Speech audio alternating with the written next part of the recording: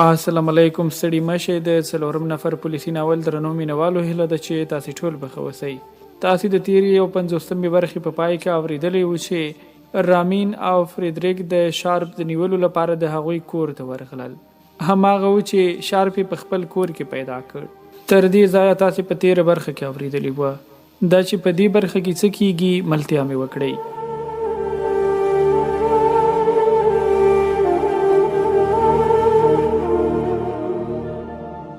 رامین وایي له هغه خونې څخه چې کوچنۍ مخابراتي دستګاه پکې پرته وه راووتم. فریدریک ته مې وویل شارپ خونې ته ننه باسه. د هغه د مخ رنګ تښتېدلی وه.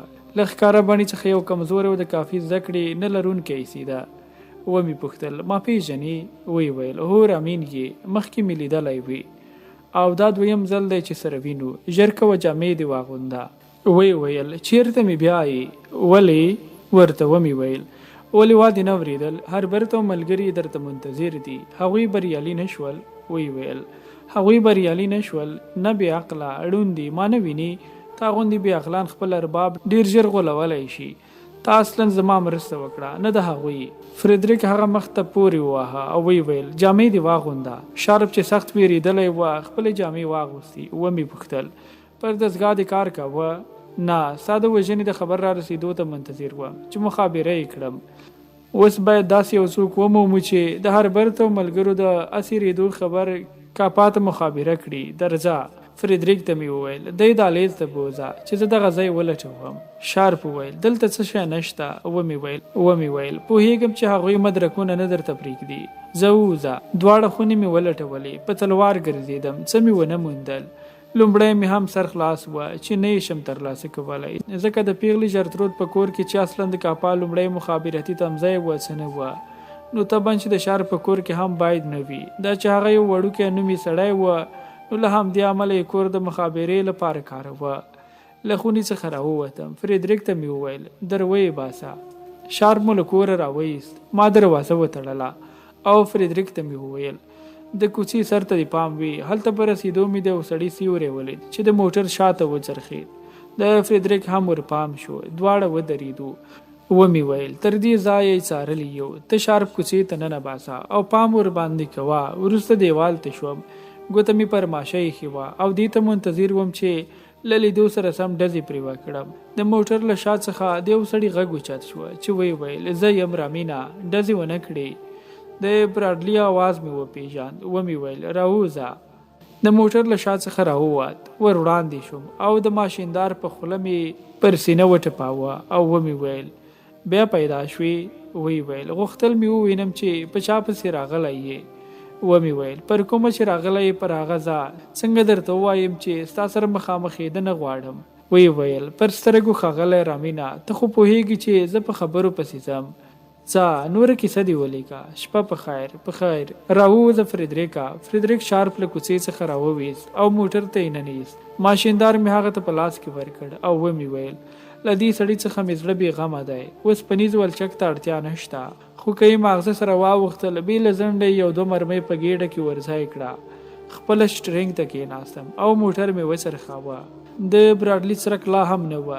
پر لارې مې شارپ ته وویل هڅه وکړه له بې عقلۍ څخه لاس واخلي او د پولیس پوښتنو ته سم ځواب ورکړي، ځکه هغوی فکر کوي ته بې ګناه یې او د پرېښودو لپاره دې ځینو حقیقتونو اورېدو ته اړتیا لري. زه هم ژمنه درکوم چې ستونزه نه درته پېښېږي. شارپ وویل زه په څه نه یم خبر. ومې ویل ډېر بې عقلې شارپه.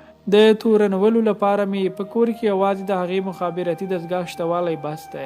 پولیس دې د پردیو پر ګټه د څارګرۍ په تور په عمري بند محکوموي، خو ما د ځان واک لا هم نه درلود.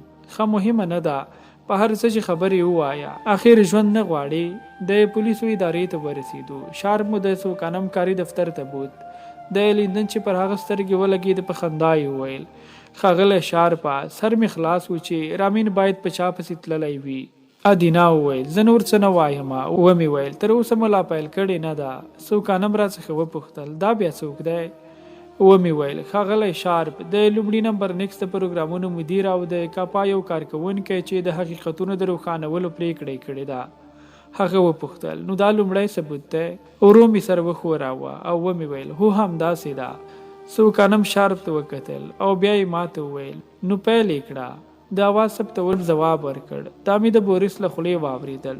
له همدې امله هغه د ښاغلي رامین چې په کیپیټل هوټل کې د انتوني په نامه اوسېده پته او ځانګړنې راکړې تر څو یې د هغوی له پلان سره سم د ادینا کور ته ولیږم.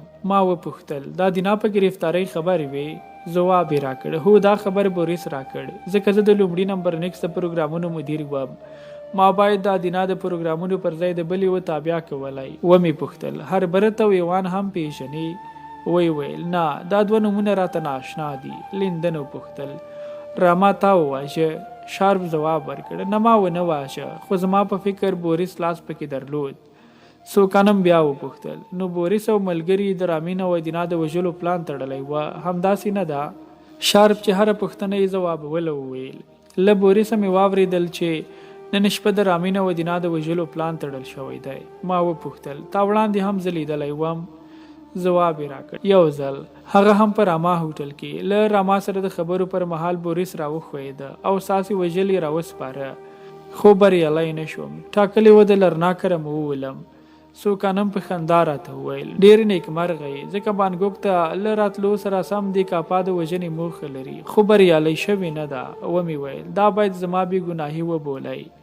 شارپ وویل هغوی مو اوس هم له وژلو نه دي اوښتي. ورته ومې کتل او ومې ویل پوهېږم ښه غوږ شه له کاپا سره د کار په دا دومره محال کې دی د تیلور نوم تر غوږ شوی و.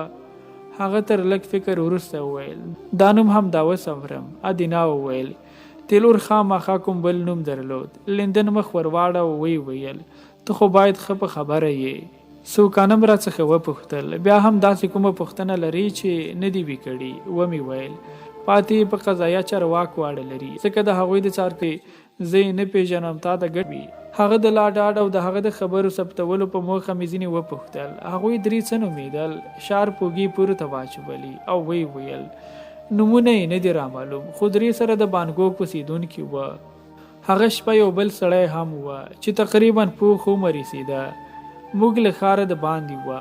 هغوی هر یوه ته یوه ژړ رنګه ماده همدغه بوریس پچکاري کړه. هغوی درې سره ځوانان وه. سوکانمې خبرې ورغوڅې کړې ویې پوښتل هغه مهال چې بوریس ژړه ماده هغوی ته پچکاري کوله تا څه کول؟ شارپ ځواب ورکړ ما او هغه بوډا مرسته ورسره کوله. مطلب مې دا دی چې هغوی مو ټینګول چې بوریس یې په بدن کې ستن ورننه باسي. ما وپوښتل تر پچکارۍ وروسته په مقتولانو څه وشول؟ شارپ په داسې حال کې چې سترګې یې په بوریس کې وویل دا باید له قاتله وپوښتل شي. ومې ویل زما د پوښتنې ځواب دې رانه کړ. تر پچکارۍ وروسته هغوی وغورځېدل. ان خورې هم نه خوړ. فکر مې کاوه د پچکارۍ او مرګ ترمنځ واټن یوازې 30 ثانیې وه. زما حافظه ډېره قوي ده. بوریس ته مې وویل بیا هم انکار کوئ؟ وی ویل اوس خو تیلور ژوندی نه دی. ومې ویل نو ته هم د تیلور له مرګه خبر یې؟ ښه نوره څرګنده ده قاتل ډېر ژر خبرېږي. یعنې غواړي ووایي چې هغه ما وژلی؟ نه داسې مې ونه ویل ځکه قاتل خپله پوهېږي چې مقتول یې څنګه وژلی دی. رامینا ته ډېر بدمرغه انسان یې. غواړي ما او ملګري مې قاتلان معرفي کړي.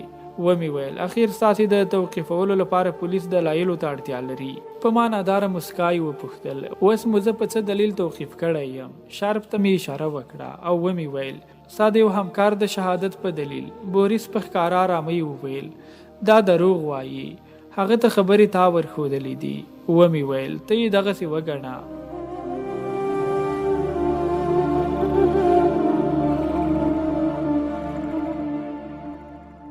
دا به د 4 نفر پولیسي ناول 52مه برخه چې ما رحمت الله همت درته وړاندې کړه.